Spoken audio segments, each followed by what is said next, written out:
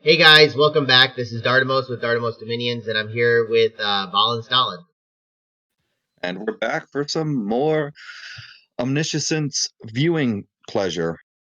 Now we were talking about this beforehand. There were some interesting choices that were made, and I'm really excited to actually get into the game. Maybe we'll get far enough into them to actually see what happens.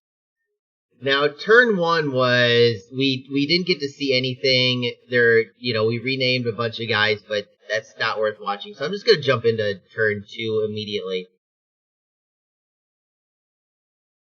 Oops.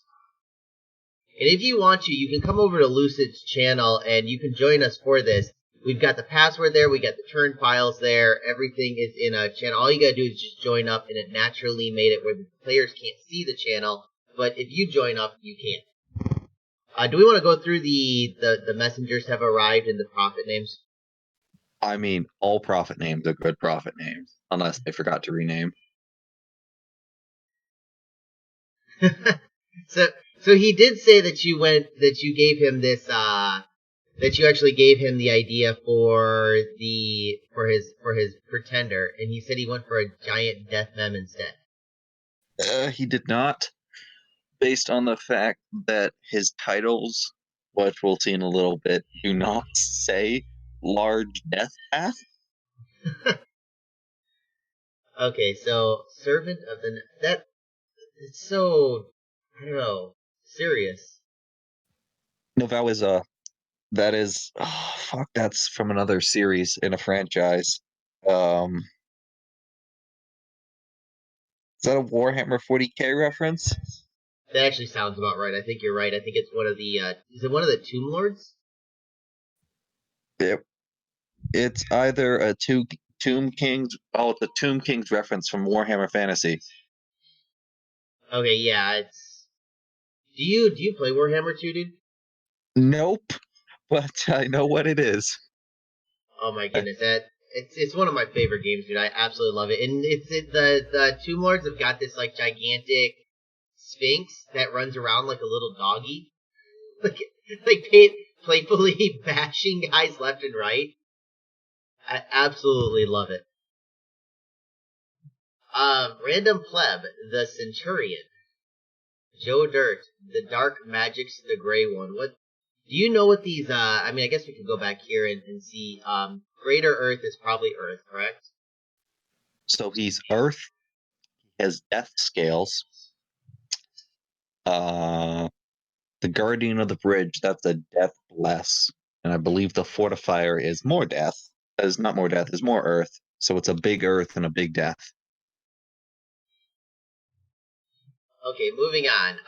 Okay, so Dark Magic. What the heck is that? Uh, death, and the gray one is Astral. Okay, so he at least took some astral then. I love steel. That's I think that is literally production, growth, and that's it. all right. Say it again. I'm pretty sure those three tags just describe production and growth scales. Okay, gotcha. I'm pretty sure I remember that he did take a bless, and we're gonna see that.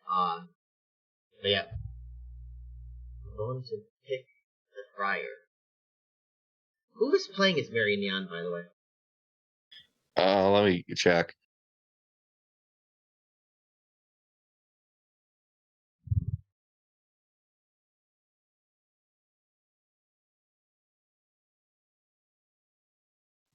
It is Gaz. No, it's Grandpa. Oh, okay. Grandpa's playing as Marion. I'll Bone to be pick honest. the Friar.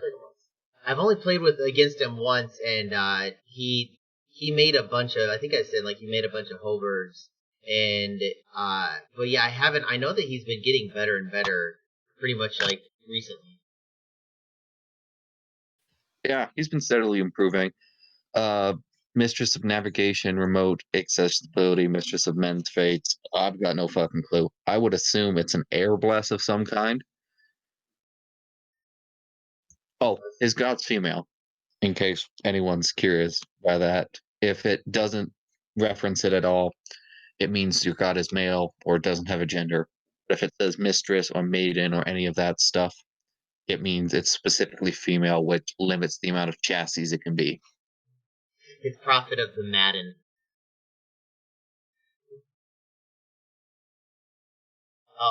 See, this is my style of Prophet naming right here. Just like just one dot. Just enough to let everybody know that you did bother renaming. Oh god, I think that's Spanish. Or just Grippa being Grippa. It is. Oh, sweet heaven! It looks like Latin to me. Could be that too. Those It's an astral air bless, is what the tags say. Holder of the Windbag, one of my favorites. I think we're almost done. Anti-human prejudice squad leader. Look, King of Kings is High Dominion. Patron of Daggers is Turmoil, and Lord of Tremors is Earth. So I haven't checked to see what Pan's Bless is, but it's something. so let's look at the start and get an idea of where would you or how you think that their indies are around them, and which one they should target first, and which ones are going to be whether their start location is actually good or bad. So let's start with Pan. Let's start with Pan. Pan's Okay. on the bigger of the two islands, which is a blessing and a curse. It limits the areas that other players can attack into it. However, it also limits his expansion. He's got relatively weak indies that White Centaurs will just run over all around him, with the exception of that Caveman province, which could inflict some decent losses if he rolls unlucky enough. Well, not only that, but I don't think that his White Centaurs are natively. They don't have dark vision, correct? Yeah, but Dark Vision is like a super cheap nature bless that basically any pan takes. Yes, I took it on mine. It really paid off. It's really interesting because you don't use it a lot, but when you do use it, it's kind of like having poison resist. You don't use it a lot, but when you need it, it's kind of important. Now, how do you think his expansions? I mean, I think that barbarians are barbarians, correct? No matter who you're playing as. Barbarians are barbarians until you realize you can repel barbarians, and then they're chump change. Okay, so White Centaurs will actually march right over. Yeah, there's nothing on his island that will kill him unless there's some hidden mages, which, let's be fair, those don't look like the indie types to have a cloud mage cast Orb Lightning a bunch of times in it. Very true. Now, of note, are you seeing the description here? Yeah, so Pan took an Awake, a statue of order, which means we will see his whole bless eventually. The question is, his army is mainly satyrs and white centaurs. That's normal. The question is, how quickly can he get to Mother Oak? Of note, real quick, that the visual bug is still in effect, so he really doesn't have 20 White Centaurs. 40 white centaurs. Yeah, it looks like it. That bug, by the way, has that bug affected you very much? Oh, just a casual 240 Zahedans. Like it throws me 16. off, dude. Even knowing that it exists still throws me off because I can't tell the ratio, and it bothers me so much. And so Pan doesn't have the luxury that some other players do, where they have sites that as soon as you clear a province, you get in his area. However, he's got enough for it to be fine for him. I'm sorry, you cut out. Can you say it again? He's got enough for what, sir? He's got enough forests around him that he should be able to grow some forts and not have to spend the gold since his scales are quite bad. So his goal is to go here, to these forests over here, possibly these forests, but these are in Scalaria, so he's not going there. And then this one right here, right? His goal is to make as many beachheads off his little island as he can. Okay. Now, of note, he also went heat scale, so getting on and off the island is going to be exclusively through the bridges. Yeah, and since he's on the big island, he has 4 bridges. Okay. Now over here, he's going to, if he wants to go off this bridge, he's going to be crashing into Mari, but here he's going to be crashing into Satis, but here he's got a little bit, oh no, it's Ashdod over here, so he's going to be hemmed in on this island from what I can tell. Yeah, however, he also doesn't have, that I can see, any aquatic indies. In fact, I'm not seeing hardly any aquatic indies on the map, meaning the water provinces are going to become unclaimed for the longest time. I disagree. I think Aramor has a good capability to get underwater fairly quickly, and I think that's actually, let's transition to Aramor, because Aramor, I think this is a gorgeous spot for Aramor. Yeah, he's got that nice little 3-province lake. He's got no aquatics beside him. None of his indies appear too scary. No, these are frightening. These are the absolute worst ones. These are Shark Tribe right here, dude. Yeah, Shark Tribe are actually the hardest underwater indies to fight, but there appears to be no strong land indies near him that'll worry him until you reach those barbarians in the north, and that's super terrifying, but probably not terrifying Night Province in the west. I mean, like, who cares about? I just skip it if it's the barbarians are the scariest things, and you can skip those. Now, do you think you would go underwater immediately, or would you wait till later?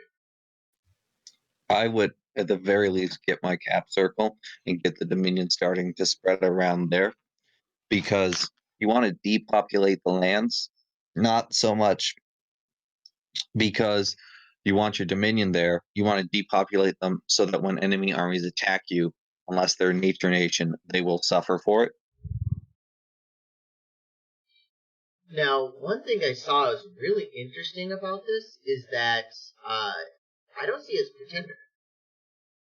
It's Novell likes to run. Oh, is he running Misfortune too? Ah, son of a bitch. He likes to run as a dormant so that it wakes up around turn 12 with a large power spike.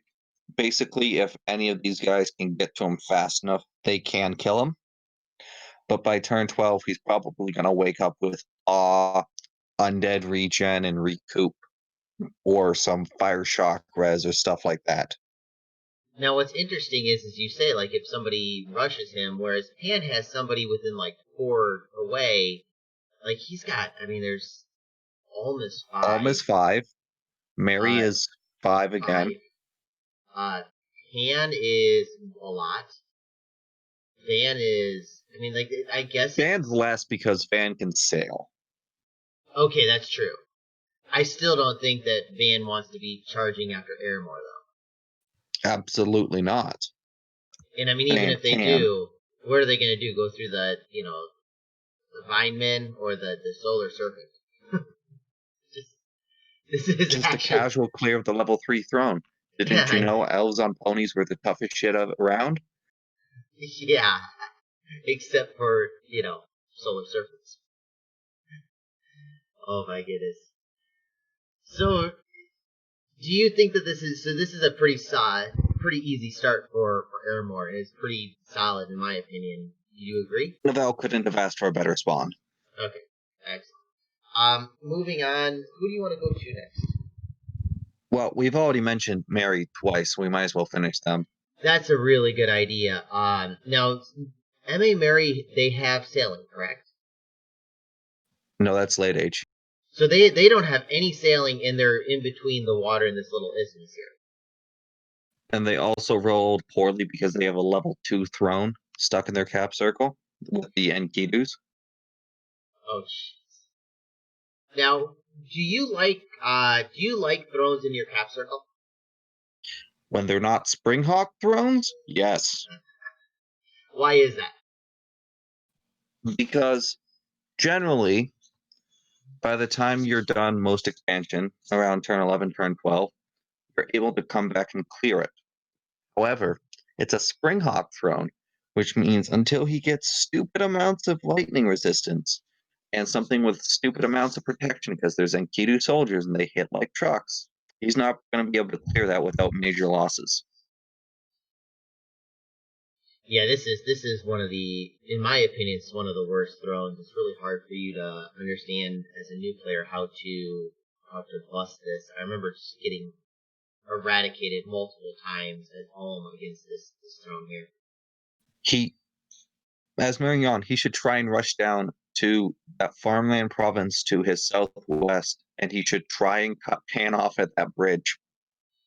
Yeah, I was seeing this, and I mean, he doesn't have the worst start. I mean, it's not a good start because he's already, this. The thing I don't like about this throne being here is that not only is it a big throne, but even if it was a small throne, it limits his ability to get to the west.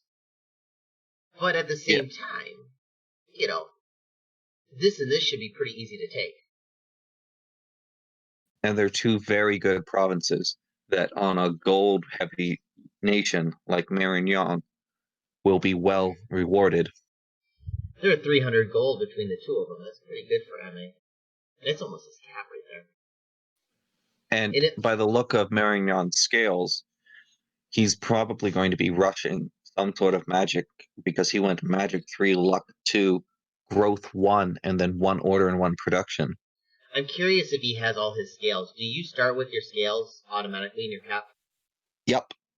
This is what happens when you play too much Disciples. In Disciples, I think one of the caps might start at full scales, but all disciples do not start with any scales except 1 Dominion candle. Yeah. Now, do you think there's going to be any early bumps between Mari and any of his neighbors? Oh, there's a 100% chance Marignon's going to run into some Anakites, and a 100% chance he's going to run into some White Centaurs. Okay. So you think that what's his face? Ashdod's going to be beelining through this one right here? Ashdod lost all blood access. So actually, if I was Ashdod, I would be running into places where there might be a blood indie so that I could start getting some sweet Seer summons. I'll be honest, I rarely ever see blood access in a game. Well, there's not really great access. It's garnets, and it is indies from sites. And if you really want to be a pain in the ass, some Jag tribe mages can roll a 10% blood on a 10% random. So it's a 2.5%. Yeah, Jaguars are the same way, aren't they? The Jaguar tribe priests or shamans or... Yeah. So, pushing into Ashdod now, I mean, look at his indies. We've got, militias. Those are heavy infantry, so we can't dismiss them, but like small numbers of heavy infantry, that is actually archers. This is shiny. Nothing around Ashdod cannot be killed by 5 Anakites, depending on his bless, and a leader. Where would you expand first, and why? Well, it all depends where his scales are, because I would use scales to determine which provinces have the most resources, and then expand that way. Okay, so probably aiming for, probably not here. It's actually really amazing. If you see, this has got 36 resources. The one next to it actually has 57, even though this is a mountain and it says, high resources. Yeah, but he can't see the fact that that one to the east of the mountain has that resources. He's got no candle there. So I would probably run headstrong into the archers in the mountains and then move out from there. He can see, by the way, with his candle, that he can see what's here, but he can't see the other ones. Yeah. But yeah, it's like really amazing because it seems counterintuitive. You'd think that this would have high resources. Yeah. Sometimes the game gives, sometimes the game takes away. Now, of note, how many... Where's Ashdod? These things take 96 resources each. You make the Sheshites first. You don't make the big ones first. The big Well- ones only come once you've cleared your cap. Let's say theoretically that he clears his cap. There's 107 here, and then like I'm not seeing 180 between all of these. So he's gonna get 2, maybe 3 of them at most per turn. Is that okay? Well, go back to scales on his cap. Okay, so he's got 3 production. So all of those provinces will get a boost. He should be able to get 4, maybe 5 total, but term 3 hurts. Okay. So until he actually gets his Dominion out, grabs all of this cap circle, he's not going to get the big ones. He's going to get the little ones. Yeah. When I play Ashdod, I try to get riches from beneath just because I like pumping out as many Anakites as I can. Okay. However, it's a greedy play, and it's a play you have to build your god around because when you pull up his mages, you'll see none of them have high enough earth to do it. I mean, getting that much earth is kind of difficult as it is. It's only earth 5. Oh, is it? Okay. I mean, still, you get 1 earth booster in your boots, so you need earth 4 to do it unless you have a blood earth combo, which is kind of hard. Although, I mean, to be honest, Ashdod with a blood earth pretender is not the worst thing in the world. Yeah. You also could do it with the Staff of Elemental Mastery, which you Okay. might have the paths for as Ashdod, regardless, due to the fact that you like a big, thick bless, and water bless might be something you want. That's true. But I mean, just getting an earth bless on these sacred seems pretty powerful. It seems like you'd get your money's worth out of it pretty quickly. Oh yeah, Fortitude, Regen, Blood Bond. That's what I run as Ashdod, and I just roll over somebody because what are you gonna do? Exactly. Now, speaking of fortitude, blood bond, regen, I don't think we're going to see that this game. No, based on the scales that he has, which are mostly positive, and the fact that we didn't see a giant nature title on his god, we won't see that most likely. What do you think he's going to do instead? Is he going full scales, or do you think he's going to go for like a turn 12 Mega Bless? I think he might have a dormant god, but we'll have to see what his bless is on the next turn. So, Okay. Scalaria now? Yeah, let's move on to Scalaria. Dude, I told you, it's like even this turn 0 or this turn 2 has just got so much interesting stuff. I really like this mod. So, Scalaria rolled the shittiest spawn, period. End of discussion.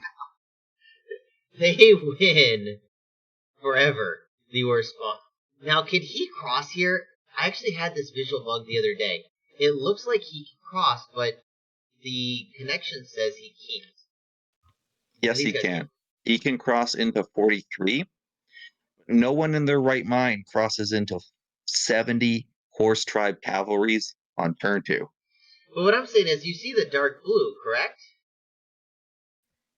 Normally, when you have a crossing that you can cross over from ice to ice, this will turn from dark blue to light blue. That is a lighter blue than the province between the lizards and the capital. Is it? It doesn't. I can't. Yeah, it looks the same color blue to me, but maybe you're correct. But yeah, I was actually seeing this the other day, and I actually had one that was light blue and dark blue, and they were all 3 were cold. He's got no easy indies for Scalaria to clear around him. He's got lizard shamans, which are something Scalaria loves because another magic path besides astral and death. I didn't even think about that. So he's got nature access here, nature astral. He should have nature astral access, but he's on the island.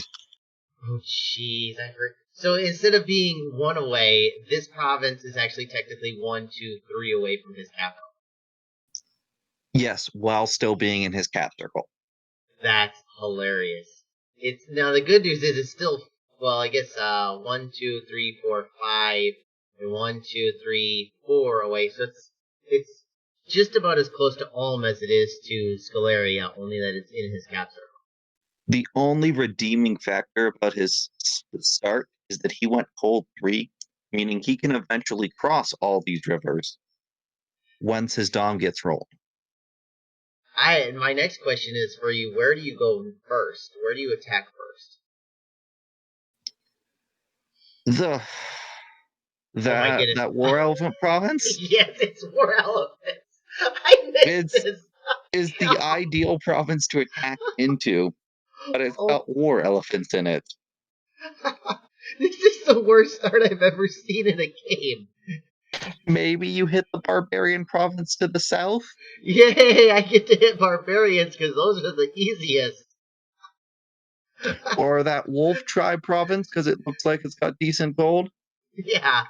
Oh, Oh, actually, it's deer tribe. That's just a shit ton of javelins. well, that's actually not bad. I think for what he has, I mean, he's got these shields. They block the javelins fairly well, and the two attacks aren't very important against the high. Like he doesn't have defense troops; he has protection troops. So who cares if he's got these two little attacks? Yeah, but he I can't get this. afford to make his protection troops early on because they cost 20 resources a pop. Yeah, I guess that's true. You can still make 6 of them, and he's got what are these guys? Velite. So he's got his own spears. So I guess either of these should be relatively easy, and they're good income. Yeah, which is a decent thing that the southern tip is a decent income. However, they're both forests, and they're both forests Pan will want, and they're not too far from Pan. That's true. Yeah, I could actually see conflict between the two of them, but I still think Pan loses that conflict personally. If Pan hits late enough, yes, but nothing pisses off a Scalaria more than a Harpy squad just sitting on his forts, making him unable to produce Long Dead. That's true. I see. The thing is that you can make those gladiators, and I feel like those gladiators in enough numbers can, like gold for gold, can absolutely wreck the White Centaurs.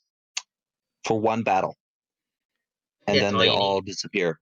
The, the ones that get hurt and the ones that kill. I mean, if a guy kills a White Centaur, I'm quite happy. I feel like he deserves to go home. But the ones that get hurt also go home, and I don't feel like that's going to be a whole lot against if you they're either gonna die or they're gonna kill him. I don't know if that makes sense. So you deal with gladiator spam by sending in 4 Nature 1 mages. They all cast Swarm, and then they hold, And hold, then retreat. hold, hold, retreat. I had a fight once that the guy brought. I kid you not, 600 gladiators to one battle. Did They you cast bone grinding and then just run away and watch him lose 600 troops? we were relay, so we just sent in about 50. We sent in like 50 lobos. And it's like they all killed a lobo, and they're all like, "Peace out." That was my 5 gold worth of troops. Like it was entertaining to say the least. Yeah. So he's in the worst spawn, but he's got the best surrounding provinces, with the exception of that awful elephant province to the north, that throne to the east. This is not actually a terrible throne. It's just light infantry and archers, and then some war masters, which, if you get lucky, can't cast craft. But if you get unlucky, it's Fire 3 with a whole bunch of fire gems. And Yeah, it just throws fire elementals at you. that's very true. Hopefully, I could see. What's funny is I was watching this earlier, and I was thinking he was screwed. But if he can get rolling, this is actually not a bad start with the lizards, high income all the way around him. I mean, not every one of his cap circle provinces have more than 70 income. That's huge. Yes. So I mean, I guess he does have reason to complain, but if he can get over this initial hump, then he's good to go. So we can see Ulm in the top right corner, so let's just slide up there, and then we'll hit Vanheim next. Okay, excellent. Okay, so Ulm usually tries to go and tries to take as few losses as possible, just because then you can have a better first war. If I was Ulm, I would love this start. You spawn in a forest, more resources. You have a forest and a mountain in your cap circle, more resources. No throne in your cap circle, less losses. And you have Lion Tribe for your first expansion, and Bear Tribe. These are pretty good. The resources are not bad at all. Yeah, that's gonna be really nice for him. My one thing I don't like about this start is I think I started here, and even this start is not, it's not terrible, but it's not great because you've already got low movement point troops. Getting them onto this road is super important. Yeah, but even on that road, your black plate druids are never going to be able to move more than one province a turn. On the road, they can move two. It's one Okay. of the few times that you can actually move, and that's why getting this one right here, and then having this is like your reserve area where you're building up for a war, because this place can go here, here, here, or technically here, or if you got cold scales, or here, and it gives Can you you a click lot of. on What's it? Can you click on that farmland again? You see it's got a wind spire on it. Is that the site that lets you make those Air One mages? No, No. it's a typical boring Air One site, but at the same time, that's a quill per turn. Yeah. So he's gonna come get this, so he's already gonna be researched. This is a good start for home. And he's got another one right at northwest of that one too. Holy crap! And he's got. Holman's got some good one. Where was the other one? I'm sorry. I'll go back to that farm province. Okay, down here. Oh my goodness, he's got another one here. Jeez. He has got. He also has a death gem with that too. Oh, yeah, but this might be Aramor's. Yeah. So if he takes these provinces, he's already got 5 gems per turn. If he takes this one, he gets another 2. And this is not too hard for him. 1, 2, 3. Yeah, this is an absolutely wonderful spot for all. If I was Ulm, I would be very happy. Yeah.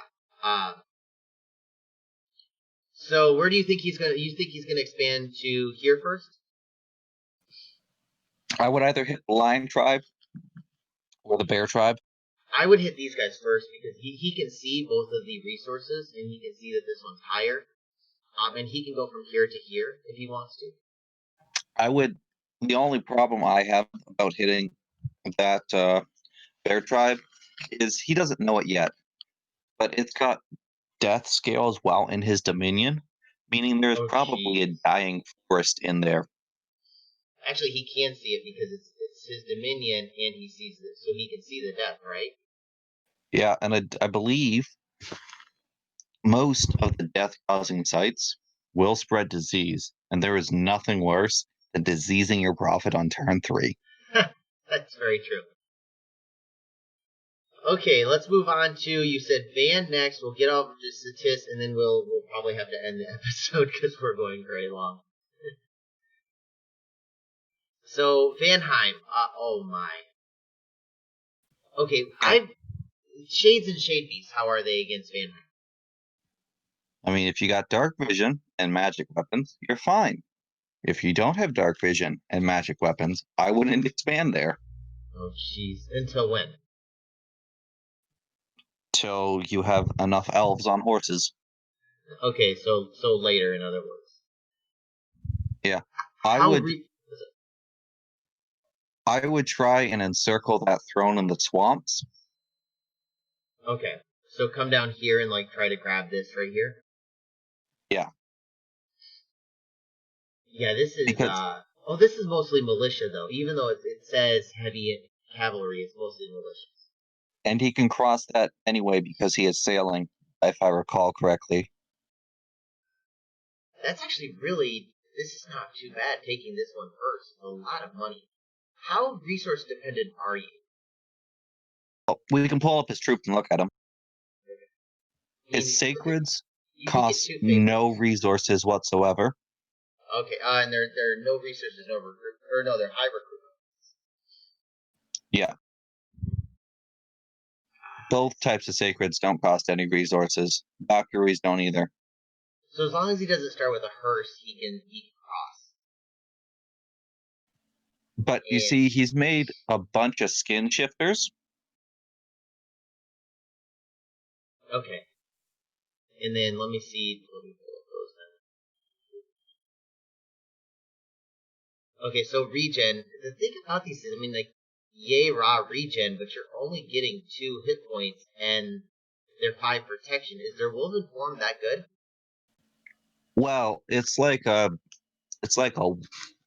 werewolf, but without the involved. Okay, so like 20-ish hit points, is that correct? I think it's closer to 30, but yeah. Okay, so again, only 2 or 3 hit points per turn, and then low protection, correct?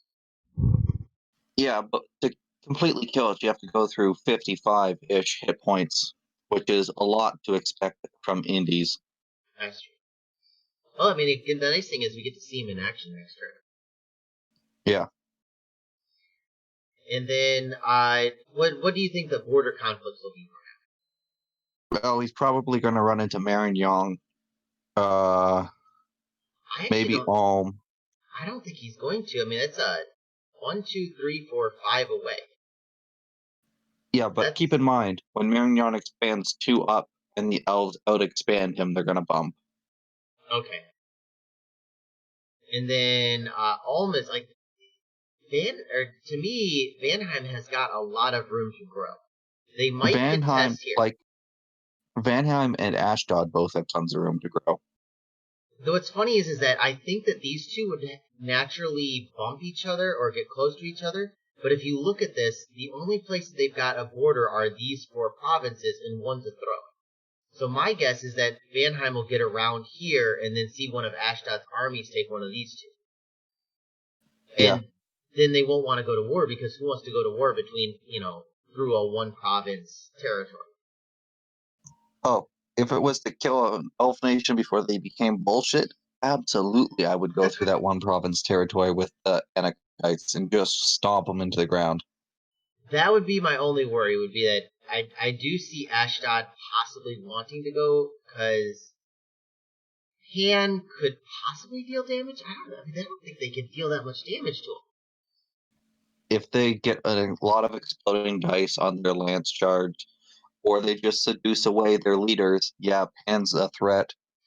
I didn't even think about that. The seduction is probably worth Ashdod finding another direction. And the only direction I see, because, I mean, if this wasn't a throne, ironically, or you would think like this would be something you didn't like, but I think it might actually save Marignon from an Ashdod rush, because if it wasn't here, I mean, just munch, munch, munch. Yeah, and considering Ashdod will have a juicier and softer target directly south in the form of Grippa as Satis. Well, good news. We might have Grippa as a guest star soon. So, the last one, how do you feel about this start? Well, he's in a swamp, which is good. He's got good scales, which is good. He's got a nice, easy province directly north of him, which is good. And he's got... Oh, wow. That'll actually let him go underwater, too. It's got turtle warriors.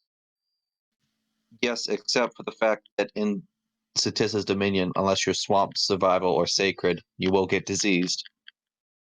Yeah, but I mean, you make enough of these guys, you come in and take an easy province. Sea trolls are nasty, but they're not very nasty, and it's definitely worth. I mean, I guess, maybe it's not worth it, but yeah, it feels like it'd be worth it just to come and grab this province ASAP.